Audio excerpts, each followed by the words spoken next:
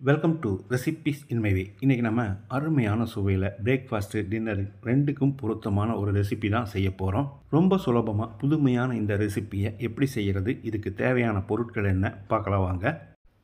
4 table spoon உளுந்து பருப்பு, இது ஒரு 50-60 கிராம் வரும். 1 மணி நேரம் ஊற வச்சு எடுத்து வச்சுருக்கேன். இதில் இருக்கிற தண்ணியை வடிச்சிட்டு மிக்ஸி ஜாரில் போட்டுக்கலாம். ஒரு 2 டேபிள் ஸ்பூன் அளவுக்கு தண்ணி சேர்த்து எந்த அளவுக்கு நைஸாக அரைக்க முடியுமோ அந்த அளவுக்கு நைஸாக அரைச்சி எடுத்து பவுலில் ஊற்றிக்கலாம். இந்த உளுந்து மாவோட 2 முட்டையை உடைச்சி ஊற்றிக்கலாம்.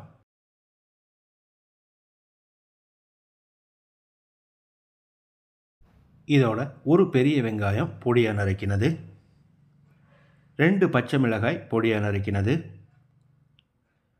ஒரு அரை கேரட் அளவுக்கு துருவி வச்சிருக்க இதையும் போட்டுக்கலாம். பொடியாக நறுக்கின மல்லி இலை, 3/4 டீஸ்பூன் அளவுக்கு உப்பு சேர்த்துக்கலாம். இதை நல்லா நுரைச்சி வர்ற அளவுக்கு அடித்து கலந்துடலாம்.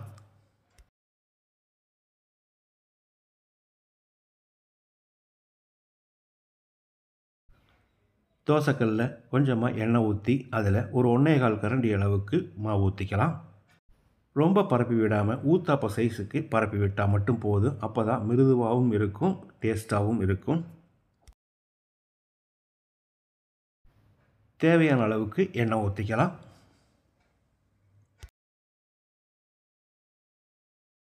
இதுக்கு மேலேயும் கொஞ்சமாக பொடியாக நறுக்கின மல்லி இலையை தூவிக்கலாம். கூடவே மிளகுத்தூளையும் போட்டுக்கலாம்.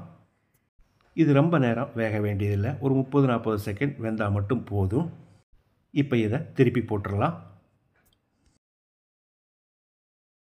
திருப்பி போட்ட பிறகு தேவைப்பட்டால் எண்ணெய் ஊற்றிக்கோங்க. நம்ம எடுத்துருக்கிற அளவுகளுக்கு 3 ஊத்தாப்பம் வரும். இதுக்கு சைடிஷே தேவையில்லை, இருந்தாலும் தேங்காய் சட்னியோடு சாப்பிட்றதுக்கு ரொம்பவே பிரமாதமாக இருக்கும். ரொம்பவே ஹெல்த்தியான இந்த உளுந்து முட்டை ஊத்தாப்பத்தை இதே மாதிரி இதே அளவுகளோடு நீங்கள் செய்து பாருங்கள். இந்த வீடியோ பிடிச்சிருந்தால் லைக் பண்ணுங்கள், கமெண்ட் பண்ணுங்கள், ஷேர் பண்ணுங்கள். சப்ஸ்கிரைப் பண்ணாதவங்க சப்ஸ்கிரைப் பண்ணுங்கள். மறக்காமல் பெல் பட்டனை கிளிக் பண்ணுங்கள்.